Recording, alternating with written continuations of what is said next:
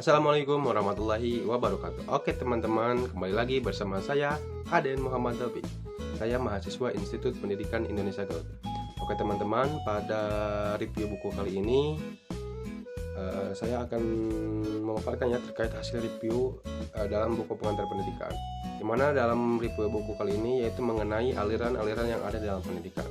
Oke teman-teman, sebelum memasuki ke dalam aliran-aliran pendidikan yang saya sudah review gitu di dalam buku pengantar pendidikan ini yang ditulis oleh Profesor Dr. Umar Tita Rahaja, kita akan membahas dulu seputar tentang pengertian aliran pendidikan.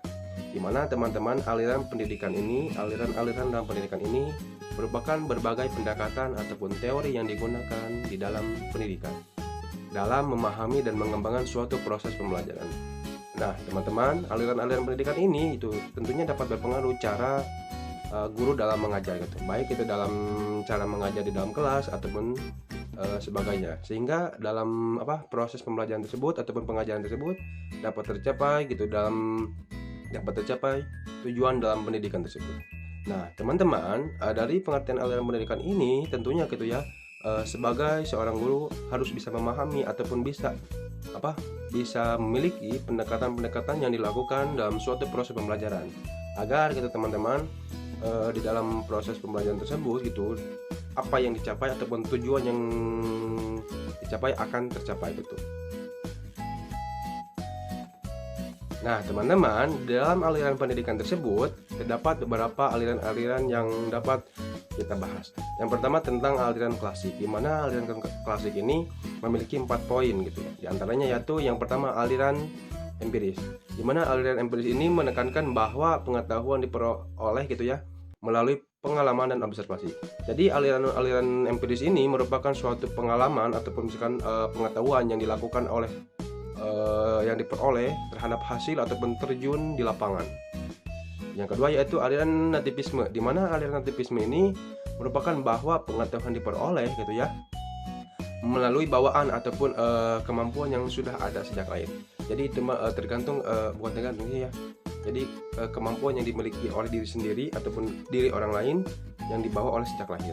Adapun yang poin yang ketiga terkait teori naturalisme, di mana dalam teori naturalisme ini merupakan aliran yang menekankan bahwa pendidikan itu ya harus sesuai dengan alam dan kodrat manusia. Jadi harus menyesuaikan bahwa pendidikan itu harus menyesuaikan kodrat dengan alam ataupun sesuai dengan kodrat ataupun fisik manusia gitu.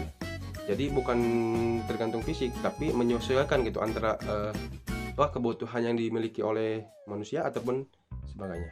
Yang keempat yaitu terkait teori konvergensi, di mana dalam aliran ini merupakan menekankan bahwa gitu ya pengetahuan yang diperoleh melalui interaksi ataupun antar faktor internal dan eksternal. Jadi ini mah lebih ke yang dapat mempengaruhi seperti faktor internal ataupun faktor eksternal seperti di lingkungan sosial, lingkungan masyarakat ataupun lingkungan keluarga. Adapun faktor internal itu merupakan sebuah faktor yang dapat mempengaruhi dalam proses pembelajaran melalui misalkan di dalam lingkungan kelas siswa dengan siswa ataupun siswa dan guru. Nah, selanjutnya teman-teman, dari aliran-aliran pendidikan ini yang poin kedua gitu ya, terkait gerakan baru dalam dunia pendidikan, di mana dalam gerakan baru dalam pendidikan ini tentunya gerakan dalam pendidikan yang dapat disebutkan ya teman-teman terkait mereka yang menekankan pentingnya pendidikan yang lebih bebas, lebih kreatif dan berpotensi pada kebutuhan siswa. Jadi ini malah lebih ke gerakan baru itu dalam dunia pendidikan itu harus menekankan gitu ya teman-teman, dalam pendidikan tersebut gitu ya harus lebih bertanggung jawab sih, berlangsung gitu seperti proses teman-teman. Dan jadi lebih menekankan pentingnya gitu ya pendidikan yang lebih bebas. Jadi lebih misalkan dalam proses pembelajaran itu tidak hanya dilakukan oleh di dalam kelas saja gitu teman-teman, melainkan di alam terbuka juga kita harus bisa belajar gitu, karena pendidikan tersebut tidak bisa dilakukan juga gitu, bisa juga dilakukan di luar kelas tersebut.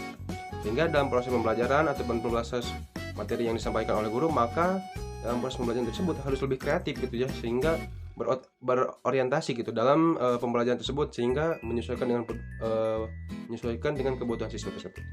Nah, mungkin teman-teman itu saja review buku kali ini. Kurang lebihnya mohon maaf apabila banyak kekurangan ataupun salah-salah kata. Sekian dan terima kasih. Wassalamualaikum warahmatullahi wabarakatuh. Bye bye. Audio Jungle.